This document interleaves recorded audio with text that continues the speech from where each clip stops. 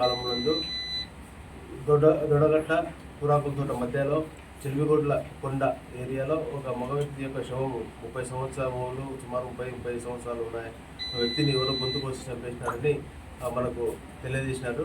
అందులో భాగంగా నేరస్థలంకు విజిట్ చేసినాము. విజిట్ చేసిన తర్వాత అక్కడ ఎవరు ఆ వ్యక్తి గురించి విచారిస్తే కూరాకుల తోటకు చెందిన ఓనర్స్వామిగా అతన్ని గుర్తించడం జరిగింది. అతని తల్లి ఫిర్యాదు మేరకు కేసు నమోదు చేసినాము.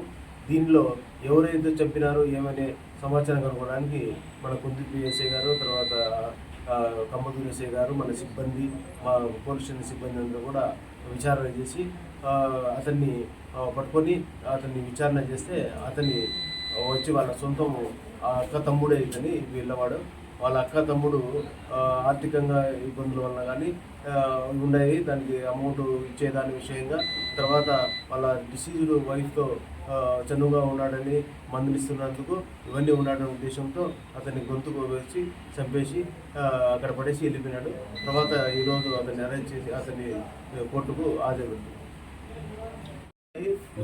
చనిపోయిన వ్యక్తి యొక్క భార్యతో చదువుకోవడాన్ని, తర్వాత ఆర్థిక ఇబ్బందులతో అతని యొక్క ప్రామిసరీ నోటును ఇతని చిన్నపిల్లవాడు ఉన్నప్పుడే చించేశాడని, ఆ డబ్బులు కూడా అడుగుతుంటే ఇవ్వకుండా ఇతనికి దండిస్తున్నాడని ఉద్దేశంతో మనసులో పెట్టుకొని ఆ పిల్లవాడు అతన్ని చంపేసినాడు.